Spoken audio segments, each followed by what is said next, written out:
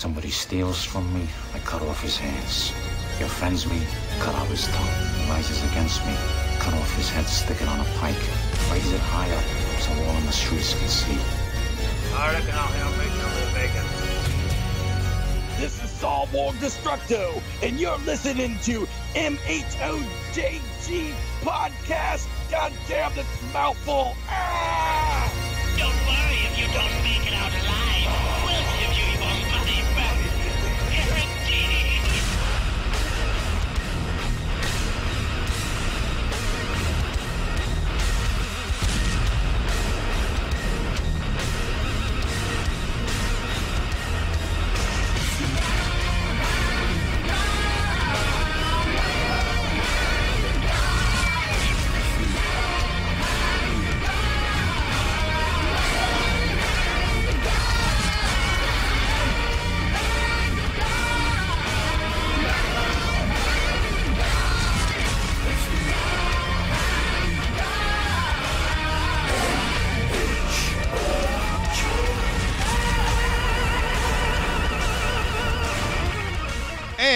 Welcome back to the Metal Hand of God podcast. I am your host, Wayne, and with me tonight is the man, the myth, the legend, Mr. Vernon Smith. That's me. What's up? Legendary. Legendary intro. Yeah, exactly. And we have an incredible guest tonight.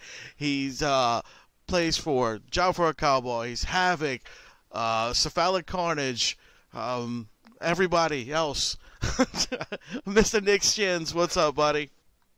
What up? What up? Man, what's up? Thanks again for doing our show, man, coming out here and hanging with us for a little bit. For shizzle, man. Thanks for having me on, you guys. Of course. I appreciate Anytime. it. And I will state this again like I did last episode. If the sound sounds fucked up, I'm sorry, guys. But, we had some major malfunctions going on over here at the studio. So bear with Wayne us. got his equipment repoed. Yeah. Bear with us. Bear with us. The fucking new board's coming. Got that shit from Rent Center. Yeah. Was the Repo Man scary or? No, he was nice. He was kind of nice. He walked in and he was like, "Give me your shit." I was like, "All right, dude, go ahead. Don't kill me." Hell yeah, that's awesome. I would have preferred it if it was like what's his name from fucking the Mighty Ducks, but whatever. Oh yeah. Emilio. Estevez. Emilio. Yeah, or Emilio Sheen. Yeah, there you go. I don't think he claims that name. No, he never did claim the Sheen name. I don't think. Unless I thought I remember maybe seeing something where he did it as a goof, one time. But yeah, but what? Because I was thinking, wait a second, was Estevez the family name or Sheen was the Hollywood name? And Sheen's the Hollywood name, right? Yeah. Because that was his dad too. Yeah. Okay. Cool. Sweet. Yeah. Carlos Estevez. Yep, that's him. Yeah. That's like Charlie Sheen's like alter ego. That's actually like a really sensible. Yeah. Makes good decisions, drug free. Doesn't get AIDS and give it to everybody. Yeah. Right, yeah. The good guy. Yeah. Doesn't live with porn stars when his kids are at his mom's house. Hard worker. Yeah. He bangs 7 gram rocks, but he doesn't finish them. Right. Oh, man. So you were just telling us, dude, you guys had a shit ton of snow? Yeah. Oh, yeah. Little late storm. Usually in Colorado, we always get like the last 2 weeks of March. There's always some big giant snowstorm that happens. And this one was like, I think it was like the 4th in the last 25, 30 years. So like 21 inches. And, but it's almost, I'm looking outside the window right now. Street's bone dry. It's sunny, nice as shit. It's going to be 60 a couple days. So we like the contrast here. That's awesome. Yeah, I don't think we would know what to do with real snow. No. I mean, dude, people that are out, I mean, that's the thing is like the media always sells it. And it's, it's obviously a giant like push for consumerism always, the fear and go stock up because it was straight up like, oh man, a year ago, everybody was in the stores clearing the shelves to get toilet paper. And then this time it was like just just get food and everything like that. And you're kind of like, despise it a little bit, but the amount of transplants from California, that live here now, or just all other states, people that have never, had to drive in snow, like I'm kind of okay with them overselling the storm and telling people to stay home, because those people are, natives don't get stuck for 90% of the time out here. We know how to drive and handle it, and so the people that don't, but they like, I bought I got a 4-wheel drive, I got a Toyota 4Runner, so I'm invincible. And then those are the people that fucking pile shit up, and then it's swerving all over. Yeah. Just overconfidence in the vehicle without having the experience. So, but it was nice to get a little bit. It's been so dry this whole season, and like they're pretty much already saying like no campfire summer again, which just sucks. Camping without a fire is so. Anytime we can get precipitation here, even if it's a giant thing, we're like, bring it on, man. Right? Well, you know what? We would trade you guys for any time. Like, we get precipitation Participation. Yeah, we get participation from the clouds all the time. You get a precipitation participation trophy. In fact, it's storming now. Like, it's fucking pouring down outside over here. Yeah. Yeah, it's like a magician used some prestidigitation over here. Exactly. Oh, yes. You ever heard, my friend used to talk about prestiacetation, where you could like, somebody else make somebody else fart. It's pretty cool. Kind of like ventriloquism with your ass. Yeah. Astriloquism. Astriloquism. Yeah, there you go. That's a completely new thing. Yeah, man. Everybody's got different things that they focus on in life and specialize. Like I have my degree in penmanship. Nice. It's $30,000 degree. You can write like a motherfucker. Yeah, I minored in cursive. Ooh. They don't even teach that anymore. I know. It's a secret language. That's how you pass messages. Without millennials knowing how to read it, Dude, it blows me away that they don't teach that in school anymore. Like, I'm fucking floored. Like, oh yeah, it's ridiculous. Yeah, put like a special message to get it. There's 100 million bitcoins. There's 100 bitcoins stored on a USB drive. All you got to do is drive this stick shift car to this location, and the address is written in cursive, and they're boom. That's what I was gonna say. Like my wife's car is a standard, and it's like I can just leave it unlocked and it's fine. Like no one will know how to. They're gonna look at it going, "What's this?" Well, yeah, this thing's broken. Yeah, it's funny. One time we were down in Mexico, my girlfriend and I, and we rented a car and we were driving from like Cancun and going around to all the cenotes, because you could go pay for the the big kind of resorty touristy ones, but there's hundreds and hundreds of free ones that are killer, and you just rent a car and just do your own thing. So we were down there and we rented a car. It was manual, no problem, whatever, just give me the cheapest one. And we're going to this, heading to this one cenote, and then all of a sudden, I just got the nature call from hell. It was like super like aggressive turtle head, and, aggressive Teenage Mutant Ninja Turtle head. And I was like, fuck! I was like, I gotta go right fucking now. But it was hilarious because we were like driving into this little inlet, and I got into this one spot that I was like, shit, got to back out of here. And I couldn't get the fucking thing in reverse. And I was like, fuck, I didn't get the insurance. I was like, are they going to say, was reverse broken in this thing? I didn't check it before I left the spot. And the gears all messed up or whatever the fuck. It was funny. It's just, there was this, and I like couldn't get a hold of anybody there. So I'm like, I can't put this car in reverse. But there was this one little, there was a like a little pull tab, like a little thing you pull up. Yeah. Yeah. And that's how you get it. So it took me 45 minutes of figuring that out while like fighting fighting off the turtle head. Yeah. Yeah. So that was pretty fun. Raphael is scratching at the surface while you're trying to get the car up. Yeah, definitely. Yeah, it was more of a Donatello vibe. Got you. Yeah. Purple. I was saying Raphael because he was a little larger, so it was more of a Was he a little bigger? Yeah. Raphael was like the enforcer, and Donatello was more the guy with the machines. But Raph had the red mask, and you don't want the red if you got a turtle head. Yeah, that was what I was thinking. Yeah. Yeah. Leonardo's a little more. Wait, that was blue. Well, blue. Nah. Yeah. Who was good? Yeah, I'm missing a primary color, I think. But yellow. Yeah, Mikey was orange. Orange. Orange. That's right. For pizza. Yeah, that's right. Yeah. Mm-hmm. He's the party dude. Yeah. He was a party dude, man. Yeah. I always thought it'd be cool. Go ahead. Oh, I was gonna say, did you guys hear the new version of the song? No. You know who's singing it? Mike Patton redid it. No. Oh, yeah, I did bro. see something with that. I didn't click on it, but I did see that. Incredible. It's for a video game. That is awesome. I'm way stoked at. Because I was like, who's it gonna be? Cardi B? No. Fucking Patton posted on his website on Wet ass website. turtles. Yeah, wet ass turtles. Ass turtles. Thank God that didn't happen. Wet ass Teenage Mutant Ninja Turtle pussy.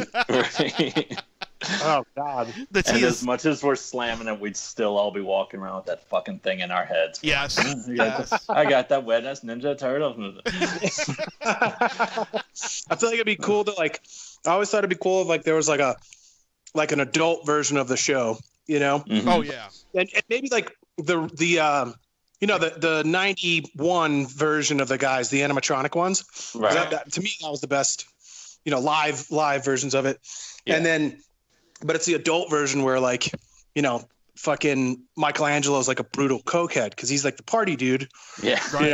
And I'm just like, I feel like that would be a fun little spin-off because everything that's come out post, I'm just like, oh. Yeah. Yeah. Well. Ugh. Yeah, they pushed it way kiddie after the cartoon came out. And if they would have kept the line like the original comics, it would have been way more brutal. Yeah. I never actually checked the comics out. Do they get pretty? Yeah, they're like the original indie ones. Yeah, they're really good, and the art is really dark and gritty and stuff. Oh, sick! That's awesome. I was gonna say I just kind of started getting into a little bit of comics, which I never have my whole life, besides fucking Calvin and Hobbes. Right. But the Bill and Ted comics. Really? I didn't know they put some out. Yeah, and there's a bunch of different guys, a couple, a bunch of different versions, obviously, like any other ones. I mean, there's a couple that are fucking really sweet, really fun. Really? Good humor, cool art, and the storylines are fucking phenomenal. That's cool.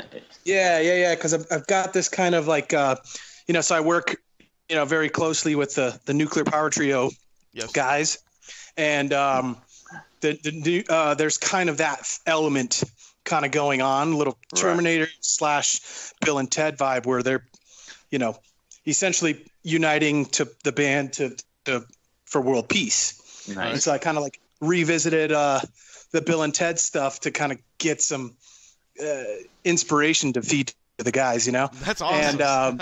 And it was really cool just because watching 3, and I don't know if you guys saw 3 yet, but I haven't seen it yet. Dude, I was so worried. I am too. That's why because I was just yeah, and I think it's the best one, man. Really? Yeah, dude. All right, cool. Super self-deprecating, really a lot of all the inside jokes and stuff. Any sequel, they got to try to recreate every little thing, but the way that they do it was really, really tasty, and making fun of themselves, but up to date.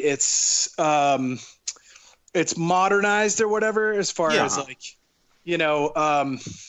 the whole kind of it's PC, but not in the way that's shoving it down your throat. They did it right. They did it right. It's it's fucking really cool and funny as fuck. And I have to recommend that. But anyway, so I was like, that story's really cool. And then a couple of people are like, oh man, check out the comic books and to get some other ideas because they go on all these crazy ass adventures.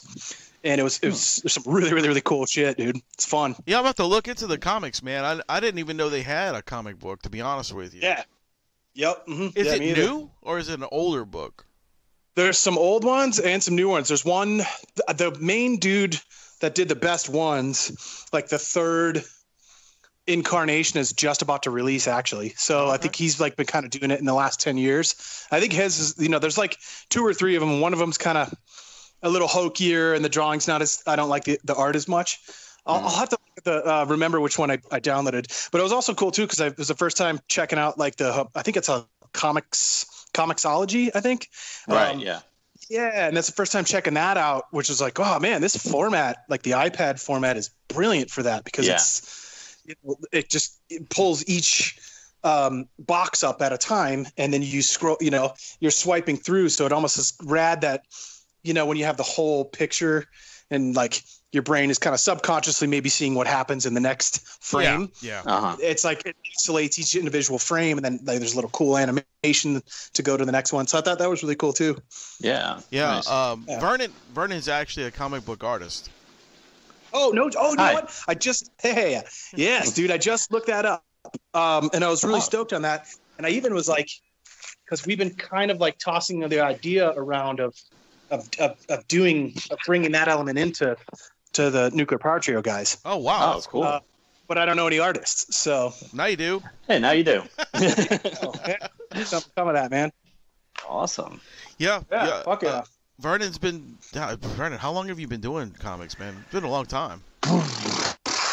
Yeah, I mean, off and on since like 2008. Yeah. Oh, sweet. Yeah, okay, dude. Yeah. Oh, that's awesome. Are you using like digital? Just switched to digital about like 2 years ago. Strictly on an iPad now. Okay. Sweet. Get the pencil, the Apple Pencil or whatever. Oh yeah. Yep. Sweet. Yeah, it's amazing. Like I'd like kind of like busted my wrist from like just going at it, 10 hours a day for like a decade and not really taking breaks. And then I was like, oh, let me switch to this, where it's like I don't have to actually push down to get more ink out of something, blah blah blah. And like, I went to the Apple store, like hopped on it for like 5 minutes and was sold. Yeah, sick. Yeah, that's rad. And it's cool to just have everything condensed instead of like a whole studio of like just pages and supplies and stuff. Like it's like, it's right here. If I'm in an airport, I can do whatever I want. Like if I'm under a tree in a park, I can do whatever I want. Yeah, and everything is there with you. Anything you need to reference. Yeah, that's kind of the cool side of like that whole. Like I read books a lot, and I always loved traditional. There's something about the tactile feel of the the pages, and there's something to it. But I just like especially going on tour. I mean, I remember going on tour like 15 years ago, right before there was a Kindle option or anything, and just like bringing 4 books. Right. My bag is just heavy as shit all the time because I'm like, it's like the practicality just outweighs the loss of the tactile sense of it, and you're just like, it's just too convenient. Same shit as CDs, it's like I still love CDs and the concept of it and all that stuff, but remember fucking CD books and dealing with all that shit? Like, dude, I remember moving boxes of albums. Yeah. Mm-hmm. And it's like, now I can just slide everything in my pocket. Yeah, exactly. Yeah. I still have in storage. I have tons of CDs, and I'm just like, same. Do I get rid of these or? Yeah. My wife always gives me shit because my wife's younger than I am, so she's like, "Why do we have all this shit?" And I'm like, because I mean that's how I had my movies. This is how I did my CD, my albums. It wasn't like Yeah, she's usually like, what is all this? But I mean, it's funny because I have an 8-foot shelf in my house and it's full of CDs, and it's like she's like, what the fuck? Where did these come from? I said, I've been listening to CDs since I was like 10 or 11. Right. What the fuck do you want me to do? Right. Yeah, a few years ago, I was like driving around and like, I was like plugging my phone or my iPod into with the aux cable. Yeah. And my aux cable, like, it broke and I couldn't find another one for a few days. So I'm driving around just with like the book of CDs. I'm like, oh my God, this is so like, I was such a baby. I was like, this is so inconvenient. I gotta like take this out. And I was even thinking like, hey, maybe if I got like a 10-disc changer installed, and like that's really what you're thinking, stupid, instead of just going and getting another cable for your thing. This is not, this isn't you're not cranking up like a Wurlitzer, like this is you're fine. Yeah, and that's the thing. I remember writing a little post like 4 years ago, or 8 years ago now. Jesus, what about I had like just gotten our new. It was Job for a Cowboy and Sun Eater. I just got the first like copy sent from the label before it was coming out and stuff. Nice. Cool. And I just like wrote this kind of like, just lamenting the death of that era, because there is this like sort of intangible connection that happens with having the physical thing in your hand and having the artwork. And like, I think that there's been a slow like degradation in the quality of the experience. Oh yeah, for sure. Of music in and of itself. It was actually touched on pretty well in this new Victor Wooten book called The Spirit of Music. And his previous book is called The Music Lesson. Really, really, really cool shit for anybody, musicians or not, to listen to and get a really like his take on music is just phenomenal. And he's kind of going into it that like, back in the day, it was like you would have to either play music or go see somebody play music. That's in order to experience music, you either had to go watch somebody creating it or create it yourself. Right. And right. 100%. That's the full, all the tones, all the vibrations, all the natural, full experience of music.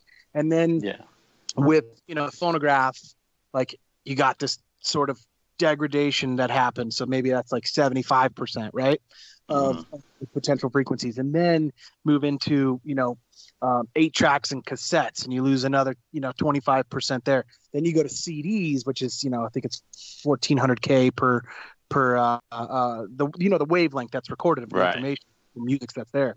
Then an MP3 is 1/10 of that, and we're at 128K, and then now you're getting down to streaming, and you're getting further and further compression. So we're actually like literally getting less actual music. There's less frequencies happening, especially you look at auto tune, right? And rhythm quantization.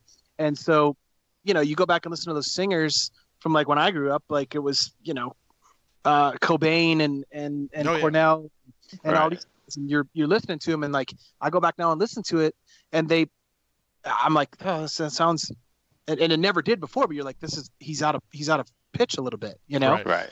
But that was, you didn't think about that back then. That was the human voice. Yeah. Now we're trained to just hear the perfect sine wave. Everything's perfect.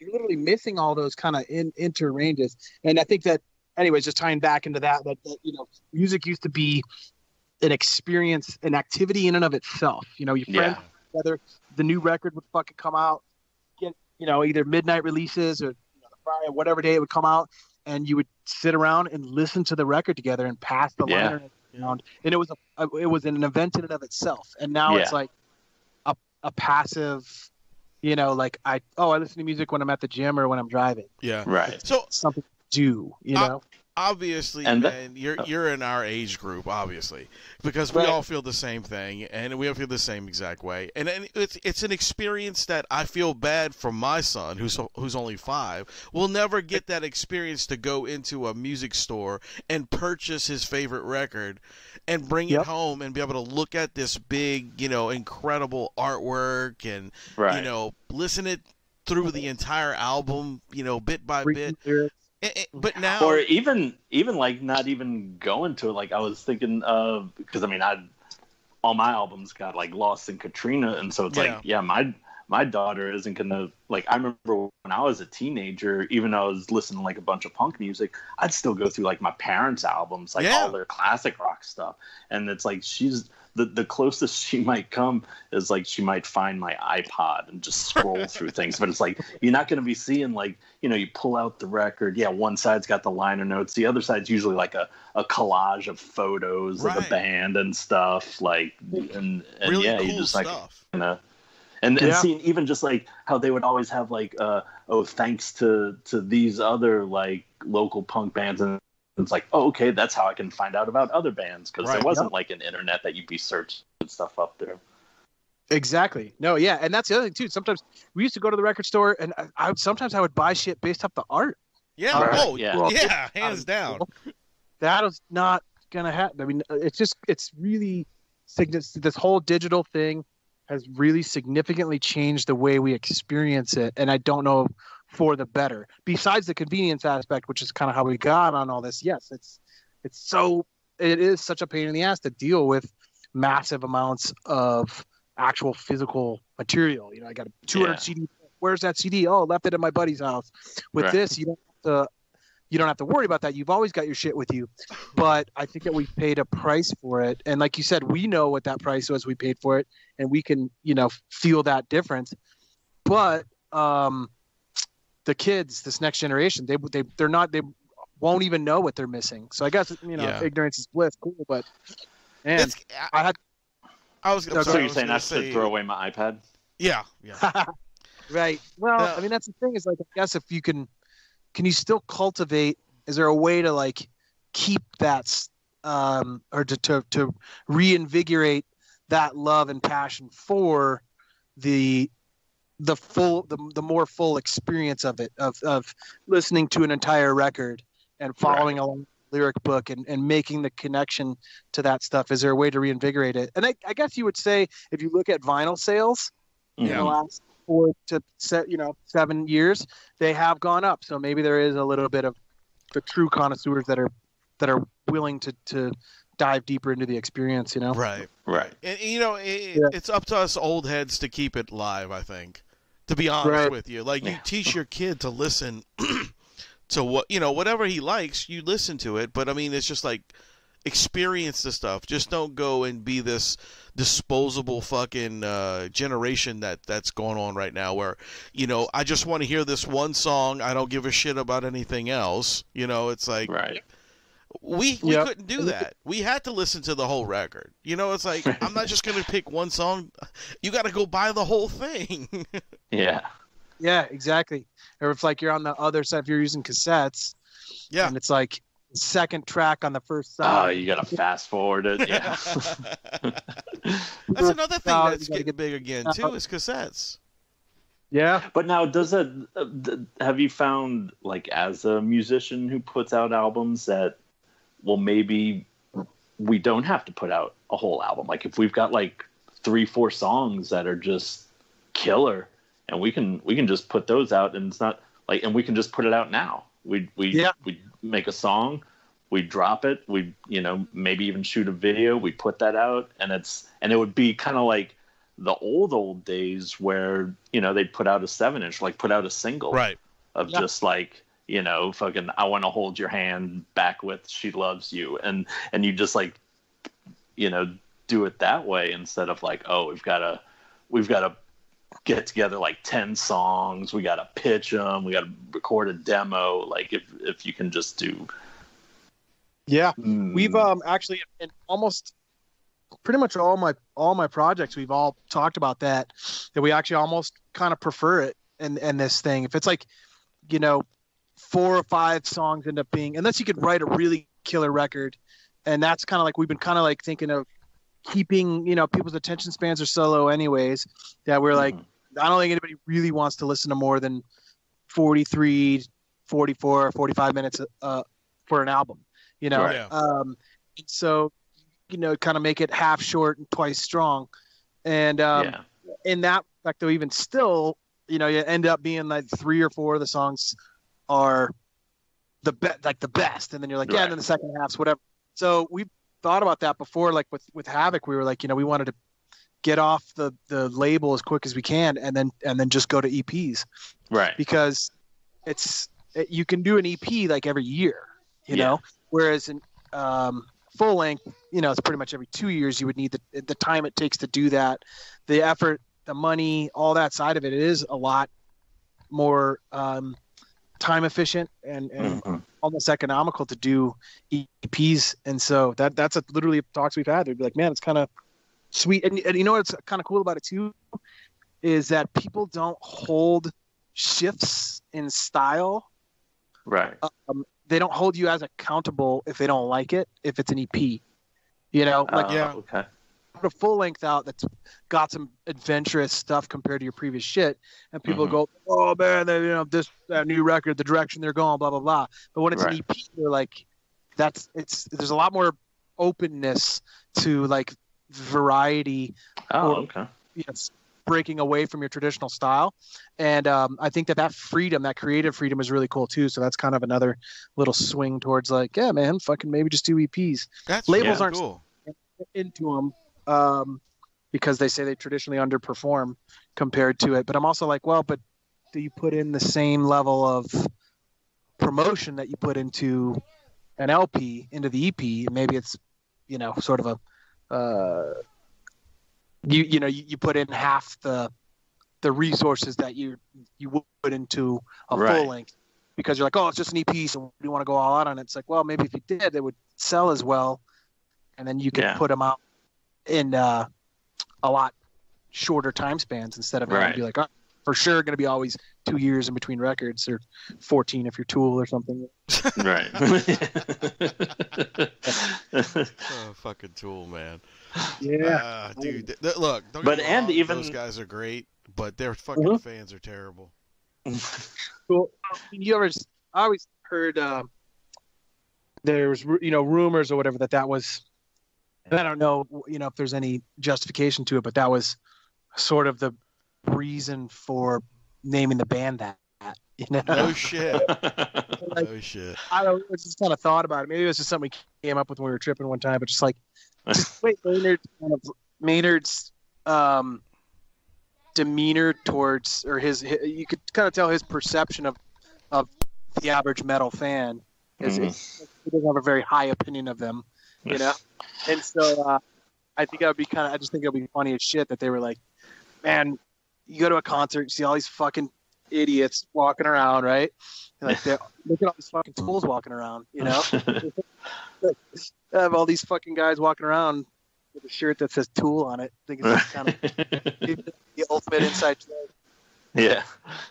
Yeah, I guess they wouldn't move a lot of product if they would have gone with the name Douche, as they originally were planning. Yeah. I like that. Yeah. Dude, I just want to tell you this, man, that on a personal note, you are one of the best bass players I've ever watched. I mean, I'm just seriously. Oh, thanks a lot. Fucking incredible, dude. I watched a couple of your videos recently, and I was just like, man, fuck. Thanks, dude. I appreciate it, man. Yeah. I'm just pulling it from the dudes that I watched that were just like, I'm just trying to, can't really reinvent the wheel, but you could put new rims on it. Hell yeah. Get some snow tires, I guess, if it's a blizzard. But thank you, man. I appreciate it. Oh yeah, for sure, man. I got to see Job for the Cowboy out here in New Orleans once. Great show. It was at the House of Blues. Oh, sweet. And I got to see Cephalic Carnage at the House of Blues as well. Sick. And let me tell you something, dude. Both bands were fucking incredible, of course. I love watching. It was just, they both blew me away. Technically, just incredible. But one thing that me and a friend of mine knows, my ex-drummer was with us when we went to see Cephalic play. And Merriman on the drums, dude. Yeah. Bruh. We sitting there, and he keeps, my friend Dave, my old drummer, he's like, dude, I need to burn my drums. He was like, Merriman was playing so fucking fast, dude. Like his glasses were sliding off his face. So he's playing, and he just like nonchalant as he's playing all these blast beats and doing all these rolls. He just takes one finger, pushes his glasses up, and just keeps going. I'm like, what the fuck, man? Yeah. He's I think he's, I've gotten the pleasure and privilege of playing with some of the fucking most incredible metal drummers on the planet, or drummers overall, if you want to say so. But I think he's definitely probably easily one of the most underrated unknown, like natural phenomenons in drumming. Yeah.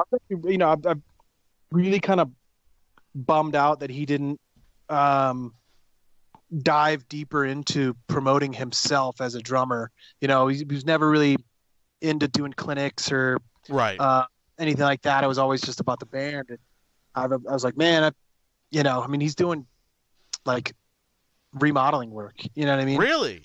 Yeah. Like, he hasn't drum. He hasn't done anything in 10 years. God. And to me, I'm just like, that's one of my big things. Is I'm like, yeah, everybody wants to, make it in music and get into a legacy band and be able to, really make it, have a lot of money or at least have health insurance, Yeah.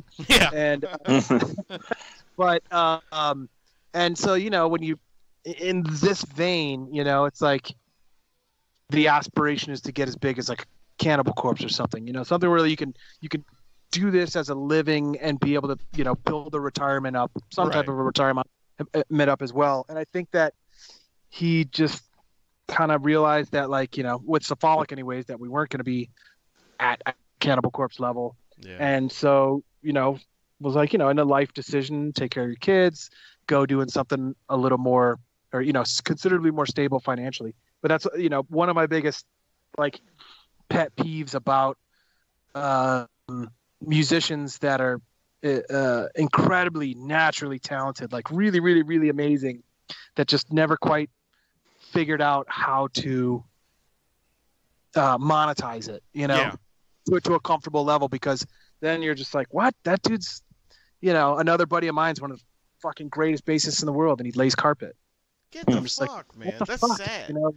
And I don't mean that as in, like, it's sad that that's what he does. I mean, it's sad that people don't recognize the talent and don't appreciate it. You know what I'm saying? It's like I try to convince my boss. He's almost 60, and I've taken him to metal shows and different things. Like, you've seen, like Behemoth and Cannibal Corpse live, and he respects the music. And I always tell him, like, he always brings up these, the greatest of all time drummers and guitar players, and I'm like, dude, they're good, don't get me wrong, and they have great names, but you see these dudes, these guys are the greatest of all time. Yeah. I mean, the technical proficiency it takes to play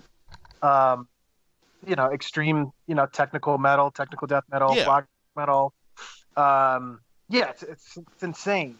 Even the athleticism in it, like somebody, what? I don't know if you ever watched any of this guy's stuff, but he's the Sepultura drummer. The new guy or Igor? Igor Casagrande, I think is his name. Holy shit, dude! I mean, just that's got to be like a 5, 6, 7,000 calorie burning set. And, so that's like the thing is, if people can kind of the same thing, you'd be like, you could pull up guys that are incredibly good drummers, big names, but like, can any of those guys come close to playing half of a Gojira song or something? You know what I mean? Like, yeah. And like I said, I respect those dudes as musicians, but to have someone tell me that, John Bonham's the greatest drummer of all time, I'm kind of like, no, not really. He's great, but he's not the greatest. He's probably one of the greatest ever known. Right. But, Yeah, and that's one thing I kind of coming to learn different, that there's, for example, it's almost harder to play, or I would say equally hard, and takes the equal amount of training to play really slow as it does to play really fast, because that internal rhythm, developing that internal rhythm is extremely difficult. I mean, you take a lot of these metal guys can play, probably my fucking self included, can play, play a song that's 220 beats per minute, right? Right. And you're like, okay, slow it down and do it at 70 beats per minute, the same song. And you'll play it, but will it sound good? Will it be rhythmically tight? A lot of times not, because that's a whole world in and of itself. You're playing the rests, playing the space, letting the space get as much time, because most metal and rock musicians have a strong tendency to rush. So fills or little lead licks and solos and stuff. People have a general tendency to speed up because excitement, the adrenaline and stuff. So there's something to definitely be said about Bonham or those old guys like that like may not be technical in its the actual amount of notes or the technicality of the fills, but that other side, the technicality in rhythmic tightness, and being rock fucking solid, So there's that. But yeah, it kind of seems like, I don't know, sometimes I'll be listening to something, and whether it's a musician or even a singer, just sometimes you can tell they're just uncomfortable with silence.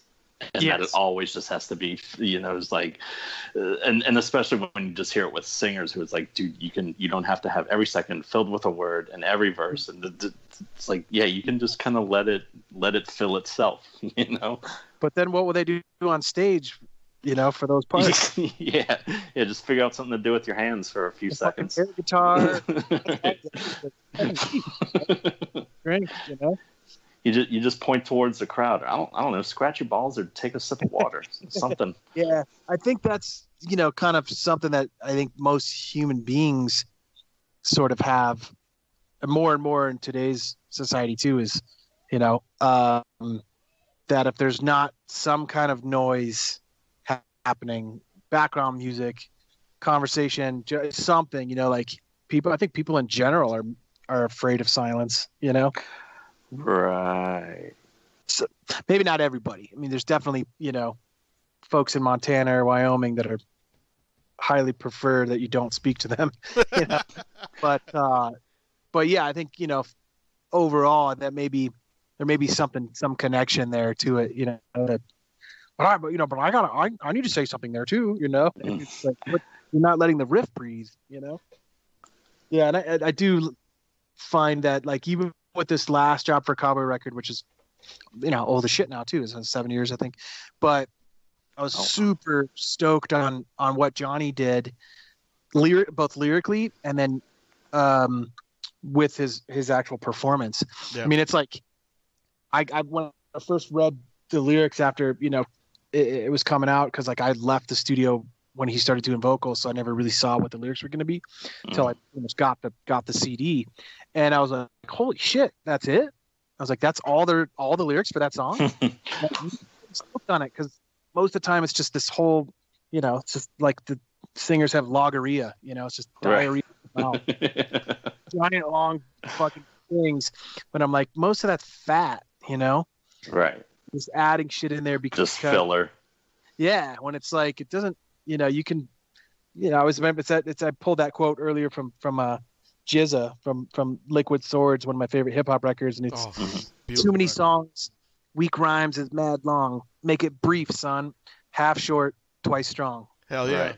It's kind of been one of my things. Is I'm like, we fill things up with fat, too much fat. Just want the cut. Just give me the lean cut. Yeah. Which is why the EPs can be better than the full lengths. Super true, man. I think that's another great perspective on maybe why. I mean, some of my favorite works of artists are EPs. Yeah. Oh yeah.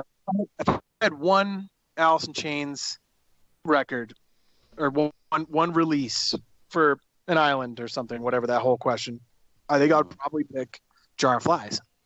Yeah, that's a great record. It's an EP. I mean. And that's happened with a bunch of my favorite bands, a lot of metal bands too. I'll be like, man, EP's my favorite shit. Short, 20 minutes, and I want to listen to it right after it's done, because I'm like, that's enough. I'll play it. Instead of like, especially with technical death metal, to where you're like 4, 5, 6 songs in, and you're like, it's fatiguing. Yeah. Right. Oh yeah, for sure, 100%. Yeah. I was gonna say, I liked when we were growing up, I used to get the EPs from Metallica. Remember when they used to release the EPs for those? Yeah. I had Creeping Death. I had Jump in the Fire EPs. Dude. Jump in the shower. Yeah, Jump in the Shower. Jump in the shower. Yeah. Come on. No. That's fucking great. No, but I mean, and then I started really getting into the singles and stuff when I started getting into Mike Patton, because Patton would put out shit all the time, and it was just like, you could get there was an EP with Easy was on it, and something else was on it too when he was doing for Faith More, and that was probably one of the best things they put out. Yeah. And it was only like 4 songs, and I'm like, this is great. Yeah, it's like a bunch of the punk bands I was listening to were doing that. They would just put out 7-inchers with like 4 or 5 songs on them. Yeah. And they would, still do the albums, but I mean, dude, like most of the Melvin shit that I had was just little singles they would throw out every now and then. I was like, oh fuck, this is awesome. Yeah. That's kind of cool too, because like with the 7 inches, like you're getting still way cooler and more artwork than with the CD. So it's like kind of that's a kind of cool idea. I might have to different colored vinyl and stuff. Yeah, we were gonna the Nuclear Power Trio dudes were gonna press vinyl because we keep getting hit up for it, but we looked and like it's only like literally like $1 more per pressing to do a 12-inch than to do the 7-inch. So like even if just to get that, because I do think a lot of people buy LPs. I don't know that many people that buy them and literally put them on a record player and listen that way. I know some people that do, but I think a lot of people buy it because you want like a more substantial piece of the art. Yeah, it's like little CD book that's kind of it's something. It's better than like the little tiny thumbnail in Apple Music or Spotify. Right. And, but you got 12 inches. A vinyl is cool as shit. You can frame it. It's like it's art. It's art. Bring that to it. But yeah, that's something to see. Do you guys remember when the CDs used to come in the big cardboard boxes? Yes, that's right. When I first started buying them, man. Dude, was that not the coolest shit? Because I used to cut the cardboard boxes and use that as a poster. Yeah. Well, did you ever go to the fair and like you pop the balloons? Oh yeah, and win the glass. Yeah. Fucking A, dude. That's it. I had a few Iron Maiden ones from those popping balloons. Yeah. Your things are sweet, dude. They are. They're great. I wish I could still find them. Yeah. We should make a company, man. Who is that big? What's the one company that's has been advertising in rock? I think is it Rockabilia? I think it's Rockabilia. Like the oldest. They've been. Oh yeah. Yeah, like all the shirts and stuff. Yeah, you used to be able to order all your shirts from those dudes back in the day. Yeah. BMI. Let's do it. We'll start a company where we make those cool ass glasses. The mirrors, dude. Yeah, the mirrors. Oh god, I had a Motley Crue mirror when I was like in elementary school, dude. This shit was killer. Or if you could go to Musicland or Sam Goody. Yeah. And you could get band posters back then for $5. Yeah. Try to do that now. Yeah, no shit, right? Posters are expensive now. Dude, it's crazy. Yeah. Like like you go to a show nowadays and like if you want a merchandise, and I'm saying this, like I'll buy a band shirt here and there, but I'm not spending $40 on a t-shirt. No. Yeah. Especially if it's like fucking shitty, Gildan. Yeah. Like cheap ass really shirts. Hyper thick and uncomfortable and the print and stuff. You're like, $40. I know this cost $3 to print. Right. Yeah. Right. Come on, man. $37 in profit, which is just kind of brutal. You know what I mean? But we would get the band posters from, and then make book covers out of them for school. That's awesome. For making your own, because you could do them out of like the paper bags from the grocery store. Yeah, but we started doing them with posters from Musicland or Sam Goody or whatever. They had those kind of medium-sized ones that were perfect. So then you get to. I wish I was back in school so I could make those now. Yeah, no shit. Never too late. It would cost me $100 just to make one. Yeah, probably $100. fucking crazy. Yeah. Well, man, The good, man. tell these people where they can find your music. Oh God, yeah, all we that haven't shit, we haven't dude. We ain't even started talking we haven't about promoted you at all. Yeah, no worries at all. Yeah, so we've got pretty much. So my Instagram, I pretty much have all the bands linked off of there. Or, whatever. It's Nick Shinz, NickShinz. But the other stuff is, I think it's at JFAC official, and then at Cephalic Carnage, and then at Nuclear Power Trio. That's pretty much across all the social platforms. And then I've got a YouTube channel where I have like kind of weirdo bass video things that I do. That's at Nick Shinz as well. And So by the way, those are really cool. Oh, thanks, man. Yeah, man. Yeah. I want to make more. Just so much work goes into it, and like I know that like for the people that dig them, they're like way stoked that I do it, but I don't get like a ton of response from it, and there's no monetary, response for it. It's like, shit, man, 100 hours, 120 hours of work, but I mean, it's I enjoy doing it, and I get to make, whatever the hell I want. It's weirdo shit. Right. That doesn't need to fit into any of my bands or anything like that. So I need to, bust out some more of that shit, I have to say that like the name of this episode's got to be Nick Shinz and the weirdo shit. Man. That's good. And I'll take that for sure, dude. I think that's pretty awesome. But And dude, speaking of weird shit, what exactly is Nuclear Power Trio? For those that don't know. So Nuclear Power Trio is a band that like I said, I work really closely with the three guys. So it's Vlad, and Donnie and Kim. Oh, okay. And they're kind of they're world leaders that have ditched politics to unite and promote world peace through music instead of political agendas. Right, because their names sound familiar. I mean, yeah. And, these guys are kind of normally known for being, outspoken, maybe a little not normally rock and roll types, though. Right, exactly. Yeah, I mean, there's a little braggadocious, that kind of stuff. But some people, they kind of get a bad rap, and it's kind of cool because it's an alternate world where, these guys are using their power for peace, specifically instrumental. So there's no confusion as to, is this right or is this left or is this, whatever the fuck. It's just rock and roll, peace, music, love, happiness, unite. That's right. And that's the way it should be. Yeah, exactly, man. Yeah, so I get to work real close with Vlad and sort of a bass tech.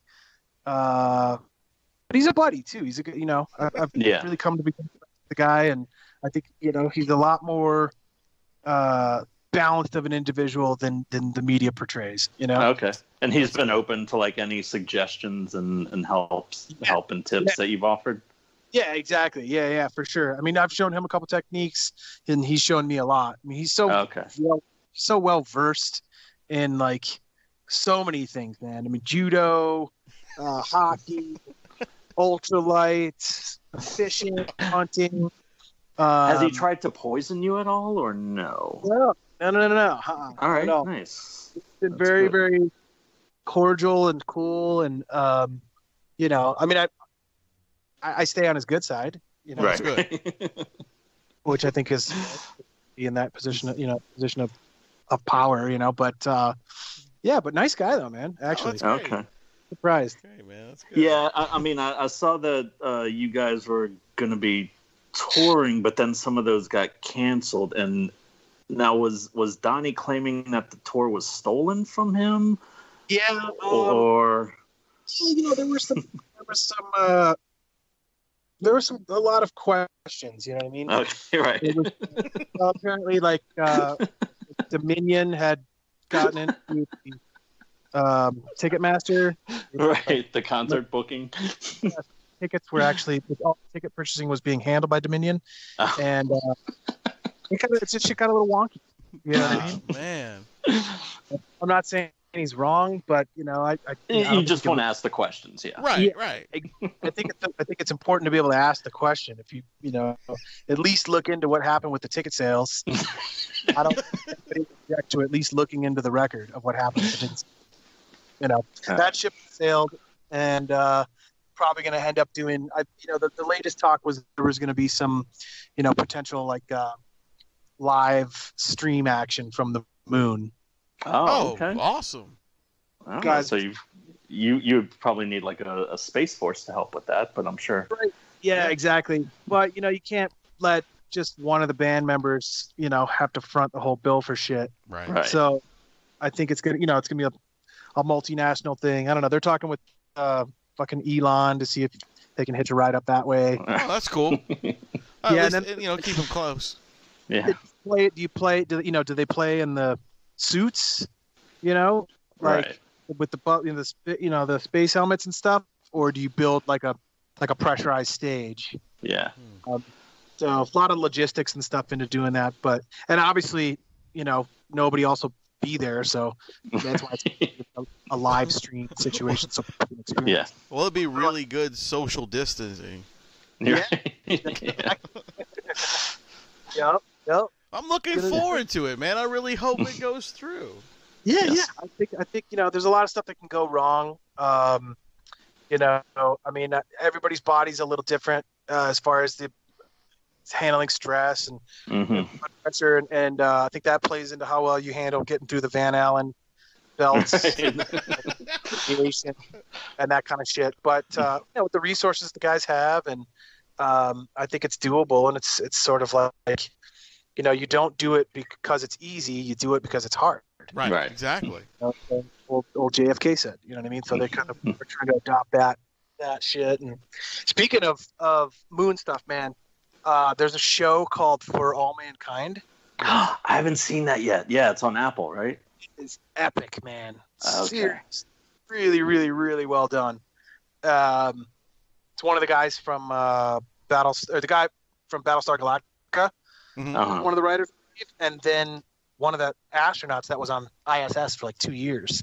Wow, cool. And they put it together. It's this alternate storyline. It's like an alternate path. Oh yeah, it's like if the Russians got there first, right? Right. Yeah. And then that race were to continue, and where would it's really, really, really well done. It's really cool, and they nail all the details. Because I watched right after it, we watched Apollo 11, which was a documentary that came out in I think it was end of 2019, beginning of 2020. Nice.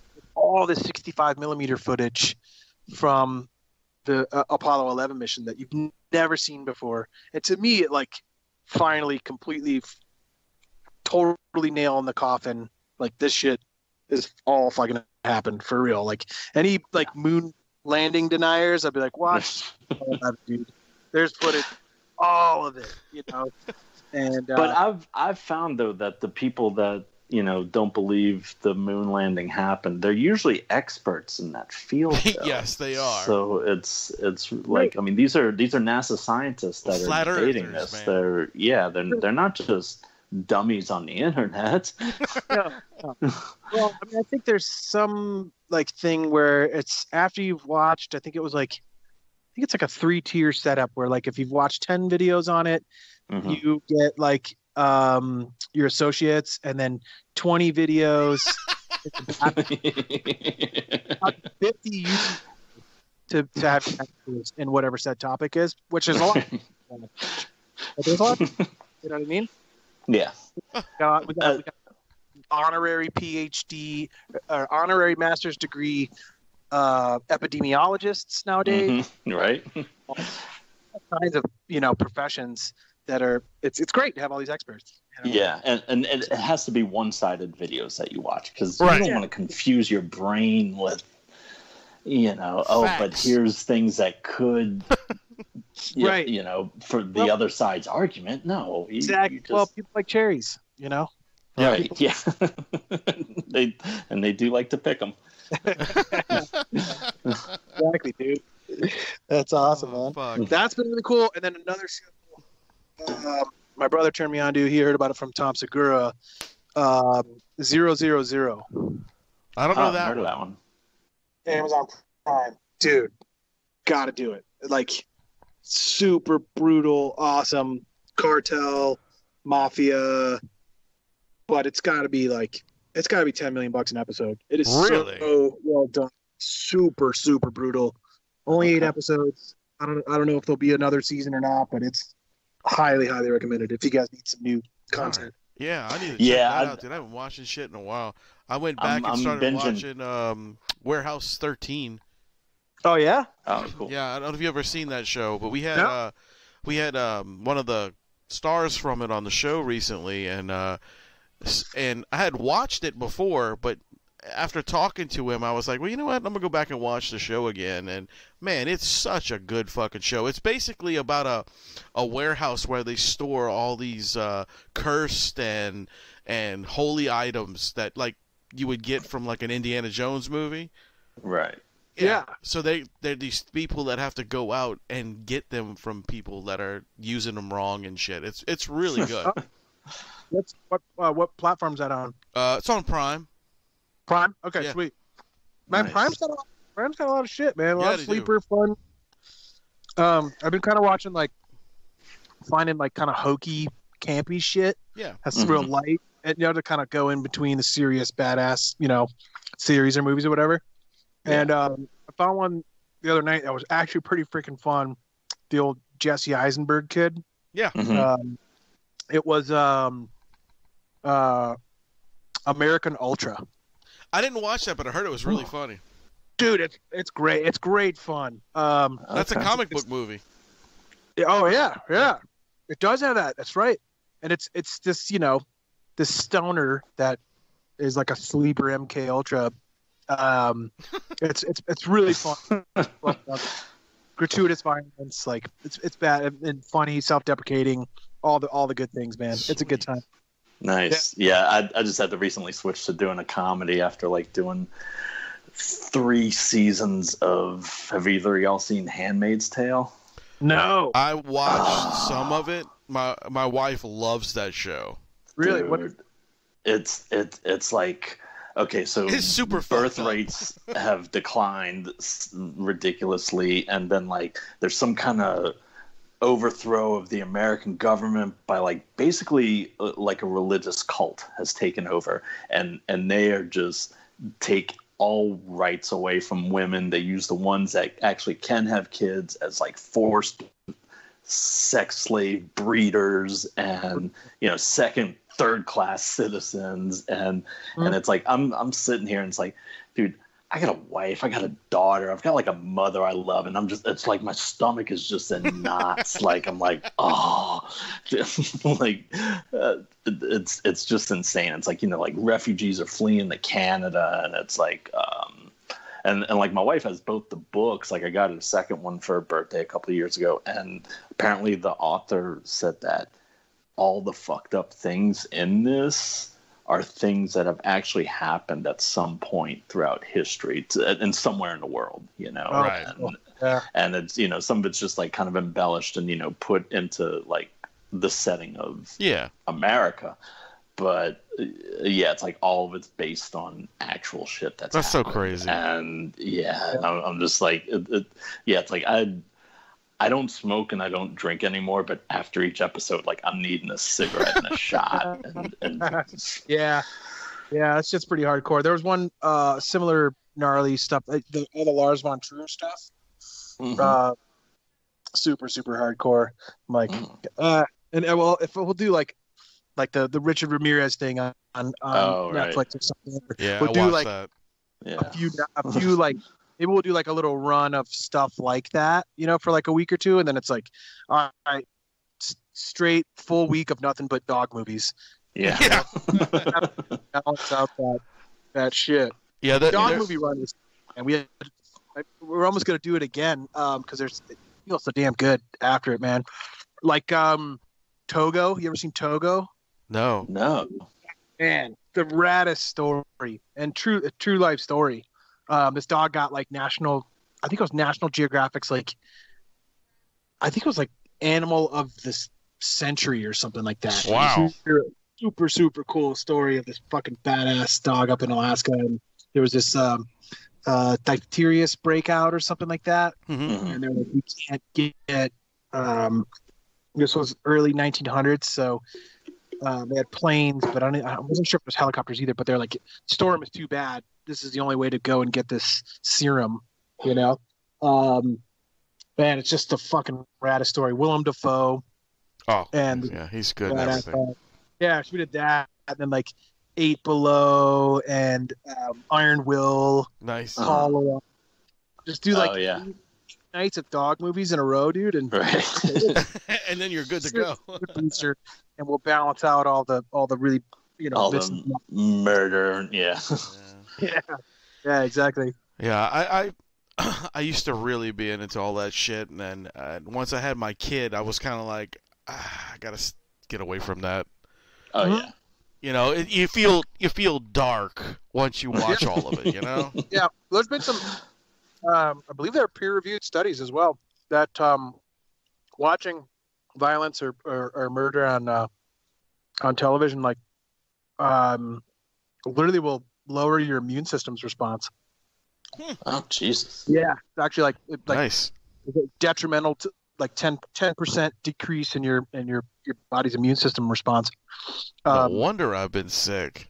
That's what I used to saw like the first couple Saw movies, and then I was just like, dude, these are just fucking, you know. I was like, it's cool and it's kind of like wow, and it kind of satisfies that side of ourselves, but yeah, like, you're not getting anything long-term benefits from this shit, you know what I mean? I really learned a lot. It helped me later in life. Yeah. I really know how to make these things that split your head open with a mask. Yeah. It really helped my decision-making process. Right. Maybe it motivates you to get really fucking good at solving puzzles. Yeah, it sure the fuck does. But to that effect, though, there's a really good movie called The House That Jack Built. Mm-hmm. Mm-hmm. And it's Lars von Trier, and it's super hardcore. It's American Psycho-esque, you know, that same, but it's with Matt Dillon. But it's nice. It's like American Psycho is like, you know, high school, and this is like a master's degree. No, all right, yeah, I'm gonna check that out. Any line that they might have been afraid to step over with American Psycho, they just leap over with this one. But I wouldn't even watch the director's cut because, like, you don't need to. Right. You know what? I watched the other one, and like I know where they would have gone with the director, where the director's cut probably went. Right. Like, and I'm like, I don't need to go there. I get where you're going. Yeah, man. There's a film. We were talking about Willem Dafoe. There's a film that he's in called Antichrist. That's Lars von Trier. Yeah, you've seen Antichrist? I have not seen it. Oh, dude. But I know it's another Lars von Trier movie. Fuck, dude. It's a fucked up movie. Yeah. Yeah, that sounds like it, man. It's good, but it's out there. Like, I've never seen a close-up shot like that before. Just, if you ever watch it, just remember for the close-up. That's all I'm going to say. Yeah. Yeah. There was the one thing about The House that Jack Built, though, that I really loved was it sort of did have an underlying message. You know, it's basically like Virgil from, what was it? In Dante's Inferno, Dante loved, or who was that author? Whatever. Dante really loved the Greek and Roman mythological stuff, like you know, the Iliad and the Odyssey and that kind of stuff. I think it was the Aeneid. I think was the name of the story that this Virgil character was from. The Iliad. Yeah. Yeah. Okay. Yep. And he put this character in Dante's Inferno, this Virgil dude, and so Virgil is guiding Matt Dillon's character, the serial killer. Nice. He's guiding him through his 5 most like pivotal kills. Whoa. as he's going down the seven layers of hell. And but it's really a movie about like art and violence and the tie between art and violence. So despite it being probably one of the most fucking hardcore, visually graphic things, there's really cool like kind of underlying tie together to it that I think is better than you would find, something you wouldn't find in like a Saw or some shit. Right. Mm-hmm. That's pretty badass, man. Yeah. Well, dude, I just want to say, man, thank you so much for doing this show, man. Yes. It was a blast, dude. Really. Yeah, I really had a lot of fun. Great. Same here. So, dude, like I said, man, thank you again, and Thank you are so welcome to come back, dude. Like, cool. Anytime you want to just come shoot the shit with us, you're always welcome. Cool. Yeah, I would love to do it again, man. This was a lot of fun, you guys. Sweet, man. Cool, Appreciate it. We can get some beers down here, and Dude, whenever you want to come down, you let us know. We'll go party with you. Yeah, get some Danny and Clyde's. Hell yeah. That's right. Awesome. Scrump po' boy. That's it, buddy. Do it, man. Do it. Well, guys, thank you guys for joining us. I was your host, Wayne. I was your co-host, Vernon. And this, Nick. And as always, guys, remember to keep it